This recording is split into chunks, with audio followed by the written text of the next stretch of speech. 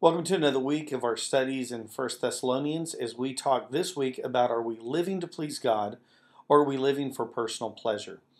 What's something you could do that you knew would please your parents, and why did it make them happy? We're going to start with our small talk section. And it could be something like, for example, with me, if I simply helped voluntarily do the dishes after dinner, my goodness, that made my parents happy. Why? Because it meant that I was helping out of my own initiative.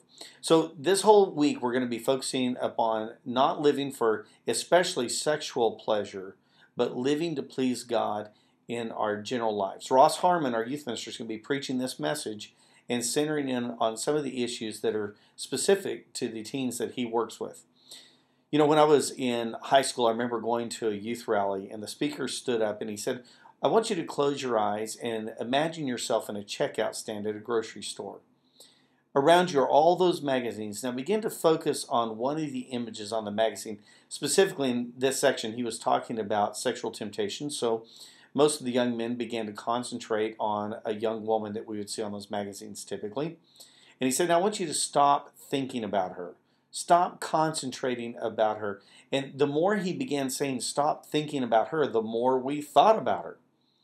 So then he caught our attention. He said, how many of you have stopped thinking about what you were looking at? And none of us had. You know, we were all focused on it even more.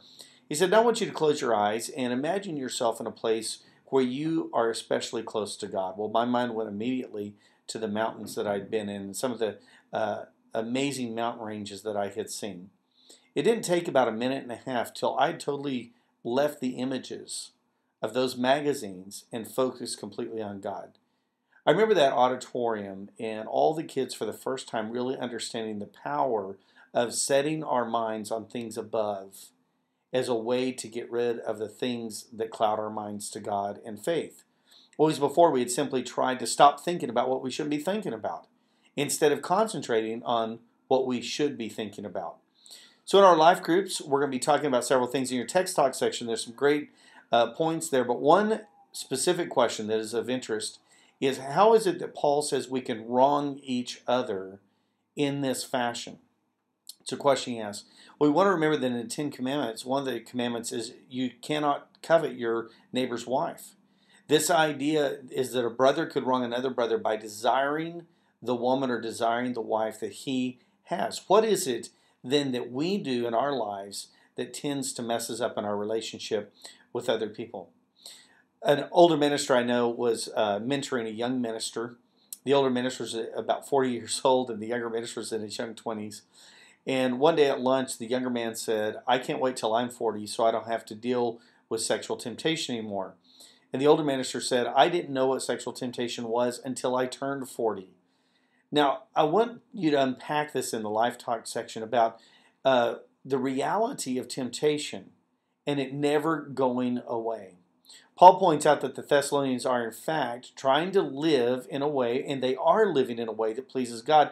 Then he encourages them to do this more and more.